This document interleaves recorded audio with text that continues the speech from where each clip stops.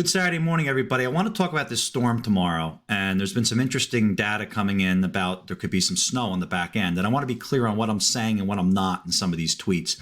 Bottom line is this: big driving rainstorm for most. The mountains of New England, like Vermont, Adirondack, are going to get a lot of snow on the back end of this. You could see over a foot, Jay Peak, Stowe. For the marginal areas, what do I mean? Poconos, central Pennsylvania, maybe northwestern New Jersey. There will be a change to snow probably on the back end. It's going to be brief. It's going to be quick.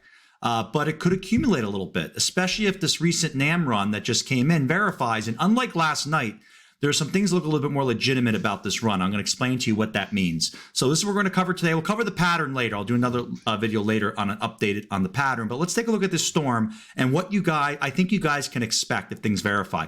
NAM model just came in. See this little nose here in the jet stream? This is what's interesting because this is allowing some cold air to come in and get delivered earlier to get thrown over, some moisture to get thrown over into.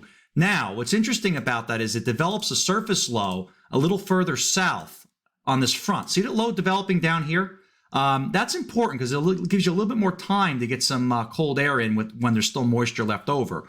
So rainstorm comes in. Then you start to see snow change. Now, what a model overdoes is it looks like you have this big snowstorm in the coastal plain. Not really, guys. It's going to just probably be flakes if this verifies. The area I really want to look at here, outside of Vermont getting completely crushed, by the way, is going to be northwestern New Jersey, into the Poconos, northwestern Connecticut, western Massachusetts. If this develops a little further south and you see that moisture coming earlier, the cold air coming earlier, you can have a couple hours of snow.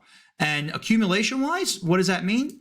Rough idea, maybe up to an inch in the highlands of northwest New Jersey, couple inches in the Poconos, and then a lot more to the north. But this is more of a realistic map.